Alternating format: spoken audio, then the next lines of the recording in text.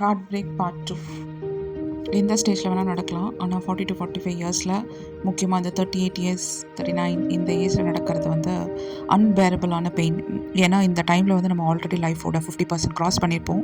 And we will have a family இருக்கும், நம்மளுக்கு சொசைட்டியோட ப்ரெஷர் இருக்கும், பிள்ளைங்க இருப்பாங்க, டிபெண்டன்ஸ் இருப்பாங்க. So we can't leave anything as such. And அந்த டைமில் வந்து any kind of heartbreak வந்து இட்ஸ் ரொம்ப இன்டாலரபிள். அதை வந்து வார்த்தைகளை சொல்லவே முடியாது. அந்த ஸ்டேஜில் வந்து first thing is we are not going to run away. நம்ம அந்த இடத்த விட்டு ஓட போகிறது கிடையாது. அது மட்டும் முடிவு பண்ணிக்கோங்க. நீங்கள் வந்து எல்லாத்தையும் விட்டுட்டு ஓட சொல்கிறதே நான் சொல்லலை. ஸோ அந்த இடத்துலேருந்து நின்று எப்படி சமாளிக்கிறது, உங்களை எப்படி சமாளிச்சுக்கிறது அப்படின்றத பற்றி தான் நான் சொல்ல போகிறேன். இதில் வந்து ஃபஸ்ட்டு திங், அந்த எமோஷனல் பேர்டன் இருக்குது இல்லைங்களா, அந்த ஹெவி டிப்ரெஷன், அதை நீங்கள் ஹேண்டில் பண்ணி தான் ஆகணும். அதை கோ த்ரூ பண்ணிவிட்டு உங்கள் லைஃபோட இம்ப்ரூவ்மெண்ட்டுக்கும் நீங்கள் வந்து வழியை தேட ஆரம்பிக்கணும். Extreme pain, extreme depression, first thing is யார் கூடயாவது நம்பர் அவங்கக்கிட்ட ஷேர் பண்ணுங்கள். அஃப்கோர்ஸ் அவங்க வந்து உங்களை வந்து மேலே தூக்கி விடணும். பட் என்ன தான் மற்றவங்க வந்து உங்களை மோட்டிவேஷனாக சப்போர்ட்டிவாக சொன்னாலும் நீங்கள் வந்து உங்களுக்கு நீங்கள் தான் ஹெல்ப் பண்ணிக்கிற மாதிரி இருக்கும். நீங்கள் வந்து முடிவு பண்ணால் மட்டும்தான் நீங்கள் வெளியில் வர முடியும். யாருமே யார் சொல்லியும் வந்து கேட்க மாட்டாங்க. அவங்க முடிவு பண்ணால் மட்டும்தான் அவங்க வந்து மாற முடியும். ஸோ நீங்களும் உங்களோட லைஃப் வந்து எல்லாமே நல்லதுக்கு தான் அப்படின்றத எடுத்துக்கோங்க. நிறைய பேர் இந்த இடத்துல என்ன பண்ணுவாங்கன்னா, இது எனக்கெல்லாம் நடக்காது, என் லைஃப்பில் இதெல்லாம் நடக்க வாய்ப்பே இல்லை, எனக்கு இந்த மாதிரிலாம் நடக்காது அப்படின்னு நினைப்பாங்க. ஏன்னா அவங்க ஒரு ஹிஸ்ட்ரி இருக்கும், ஒரு பேட்டர்ன் இருக்கும். அந்த மாதிரிலாம் வந்து நினச்சி கூட பார்த்துருக்க மாட்டாங்க. எங்கேயோ யாருக்கோ இவங்க வந்து ஒரு ட்ரீம் லைஃப் வாழ்ந்துட்டு இருக்கும்போது இந்த மாதிரியெல்லாம் நடக்கிறத அக்செப்ட் பண்ணிக்க மாட்டாங்க. But the reality hits. அது உங்களுக்கு நடந்திருக்கு. இது வந்து அக்செப்ட் பண்ணி தான் ஆகணும். அதற்கே ரொம்ப நாள் ஆயிடக்கூடாது. So the first thing is acceptance. It has happen to me, okay அப்படின்னு சொல்லிட்டு அக்செப்ட் பண்ணிக்கணும். அக்செப்ட் பண்ண தான் மூவ் ஆன் ஆக முடியும். அக்செப்டே பண்ணலைன்னா we are the losers. So the first thing is, எவ்வளோ சீக்கிரம் நீங்கள் அக்செப்ட் பண்ணுறீங்களோ அவ்வளோ சீக்கிரம் நீங்கள் வந்து சொல்யூஷன் கண்டுபிடிப்பீங்க. செகண்ட் திங் இஸ், உங்களுடைய டிப்ரெஷனில் வந்து உங்களுடைய மன அழுத்தத்தில் நீங்கள் வந்து அந்த ஆப்போசிட் பார்ட்டி உங்களுக்கு அதை ஏற்படுத்தினவங்களை வந்து கத்துறது, கோபிக்கிறது, அதுக்கப்புறம் அதுக்கு யாரெல்லாம் ரீசன், யாரெல்லாம் குறை சொல்ல முடியுமோ அவங்கள யாரையும் குறை சொல்லிவிட்டு கர்ஸ் பண்ணிகிட்ருக்கிறது, இது எல்லாத்தையும் உடனடியாக ஸ்டாப் பண்ணுங்கள். Bring calm down and bring peace. So நம்ம வந்து இவங்களை புலம்புறது மூலிமா, கத்துறது மூலிமா வந்து அது திருப்பி ரிப்பீட் ஆகிட்ருக்கும். அது நம்ம நினச்சிப்போம் நமக்கு அந்த டைமில் ஒரு ரிலீஃப் கிடைக்கிது, அவங்கள கத்திட்டு இருந்தாலும் பேசிட்டு இருந்தாலும் நமக்கு வந்து லெட் அவுட் ஆயிரும் அப்படின்னு நினைப்போம். No, it will not be let out. Again அடுத்த டைம் திருப்பியும் அது ரிப்பீட் ஆகிட்டே தான் இருக்கும். ஸோ நீங்கள் வந்து உடனடியாக அந்த மாதிரி ஒரு பேட்டர்னில் இருந்தீங்கன்னா அதை ஸ்டாப் பண்ணிவிடுங்க. அது வந்து முடிவு பண்ணிவிட்டு அதை ஸ்டாப் பண்ணுங்கள். நான் வந்து யாரையுமே இதை ப்ளேம் பண்ண போகிறதில்ல. அந்த ப்ளேம் கேமை ஸ்டாப் பண்ணிவிடுங்க. அவங்க நல்லதுக்கு இல்லை, உங்களுடைய நல்லதுக்கு. ஸோ அது ஏன்னா முதல் ஸ்டேட் உங்களுடைய டிப்ரெஷன்லேருந்து அதை கம்மி பண்ணுறதுக்கான ஃபஸ்ட்டு ஸ்டெப்பே வந்து நீங்கள் அடுத்தவங்கள ப்ளேம் பண்ணிவிட்டு அடுத்தவங்களுக்கு காரணம் காட்டுறதை வந்து நிறுத்திடுங்க. இது எனக்கு நடந்துருச்சு, ஓகே இப்போ நான் என்ன பண்ணுறது, அந்த அளவுக்கு மெச்சூரிட்டி ஃபஸ்ட்டு வரணும்.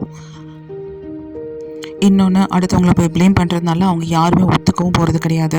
உங்கள் மேலே தான் திருப்பியும் ப்ளேம் பண்ண போகிறாங்க, நீங்கள் தான் காரணம். அது தேவையில்லாத ஒரு நெகட்டிவிட்டி க்ரியேட் ஆகிக்கிட்டே இருக்கும். ஸோ அதெல்லாம் ஸ்டாப் பண்ணிவிடுங்க. ஸோ அடுத்த ஸ்டெப்பை நம்ம ஹீல் ஆகிறது, நம்மளுடைய சிச்சுவேஷன்ஸ்லேருந்து நம்ம ஹீல் ஆகணும். அது எப்படி ஹீல் பண்ணிக்கிறது? நம்ம ஹீல் பண்ணால் தான் அடுத்ததே நடக்கும், அடுத்ததே தோணும், அடுத்து என்ன பண்ணுறதுன்னு ஒரு கிளியரான ஐடியா கிடைக்கும். ஸோ ஃபஸ்ட் நம்மளை ஹீல் பண்ணிக்கிறது எப்படி? முதல்ல நான் சொன்னது வந்து நீங்கள் காம் ஸ்டேட்டுக்கு வரணும். அதுக்கு சில டெக்னிக்னால் அது ப்ரீதிங் எக்ஸசைஸ் சொன்னேன். ஹீல் பண்ணிக்கிறது எப்படின்னா, நமக்கும் மேலே ஒருத்தவங்க கிட்ட நம்ம சரணாகதி அடையணும். நீங்கள் எந்த மதத்தை சேர்ந்தவங்களாக இருக்கட்டும், இல்லைனா வந்து ஸ்பிரிச்சுவல் பர்சனாக இருக்கட்டும். இன்னொரு விஷயங்க, அந்த ஹார்ட் பிரேக் மூலிமா வந்து கண்டிப்பாக நம்ம வந்து ஒரு ஸ்பிரிச்சுவல், ஒரு கடவுள்னால் யார் அப்படின்னு தெரிஞ்சுக்கிறதுக்கு, கடவுள் வந்து அவரை தேடி நம்ம போகணும் அப்படின்றதுக்காகவே. அது வரைக்கும் வந்து நம்ம பெருசாலாம் வந்து கடவுள்னா என்ன அப்படின்லாம் தெரியாது. பட் இந்த மாதிரி ஒரு விஷயம் நடக்கும்போது தான் நம்ம கடவுளை நோக்கியே போகுவோம். ஸோ வந்து அவரை நோக்கி போகிறதுக்காகவே அவர் இந்த மாதிரி ஒரு சிச்சுவேஷன்ஸ்லாம் நம்மளுக்கு கொடுப்பாரு.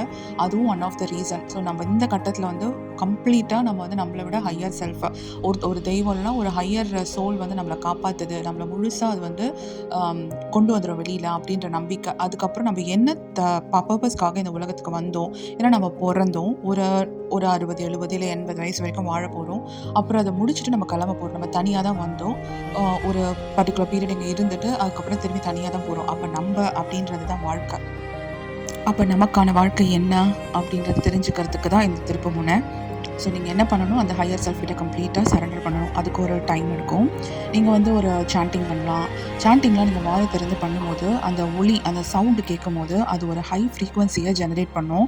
அந்த ஹை ஃப்ரீக்வன்சி, அதாவது அதிர்வலை, அந்த சத்தம் இதெல்லாம் கூட ஒரு அதிர்வலையை ஏற்படுத்தும் போது நம்மளுடைய அந்த டிப்ரெஷன்லாம் வந்து காணாமல் போகும்.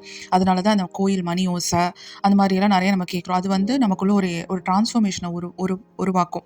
அந்த மாதிரி தான் சாண்டிங். ஸோ உங்களுக்கு ஏதாவது ஒரு விஷயம் வந்து உங்களுக்கு அந்த டிரான்ஸ்ஃபர்மேஷனை ஏற்படுத்துகிற விஷயம், எனக்கு எக்ஸாம்பிள் சொல்கிறது சாண்டிங் தாங்க.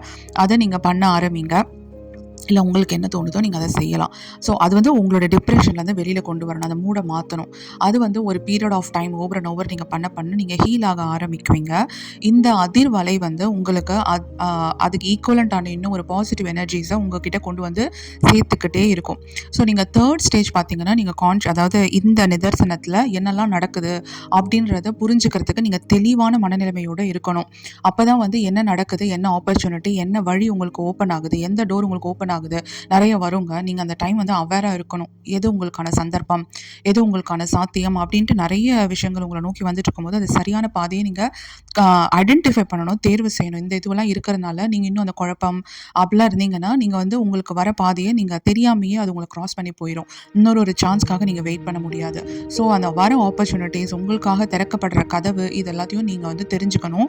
அதுக்கு நீங்க வந்து அந்த காம் ஸ்டேட்ல இருக்கணும், அவேரா இருக்கணும். என்ன நடந்துட்டு இருக்கு, 4 பக்கமும் வந்து உங்களுக்கு வந்து அந்த கண் இருந்துகிட்டே இருக்கணும். வாய்ப்பு என்னன்னு தெரிஞ்சதும் உங்களோட முழு கவனத்தையும் செலுத்தி அந்த பாதையில் போங்க. அது மட்டும் இல்லாமல் கன்சிஸ்டண்ட்டாக, டிசிப்ளின்ட்டாக அந்த பாதையில் நீங்கள் வந்து பயணிச்சுட்டே இருந்தீங்கன்னா கண்டிப்பாக உங்களுடைய பழைய பாதையிலேருந்து மாறி ஒரு புதிய பாதையில் நீங்கள் இருப்பீங்க. கொஞ்சம் வருஷம் கழித்து உங்களால் உங்களுக்கு நடந்த அந்த விஷயத்த ஜீரணிச்சுக்க முடியும். நீங்கள் வேறு பாதையில் இருக்கிறதுனால உங்களுக்கு வந்து ஒரு சப்போர்ட்டும் கிடச்சிருக்கும்.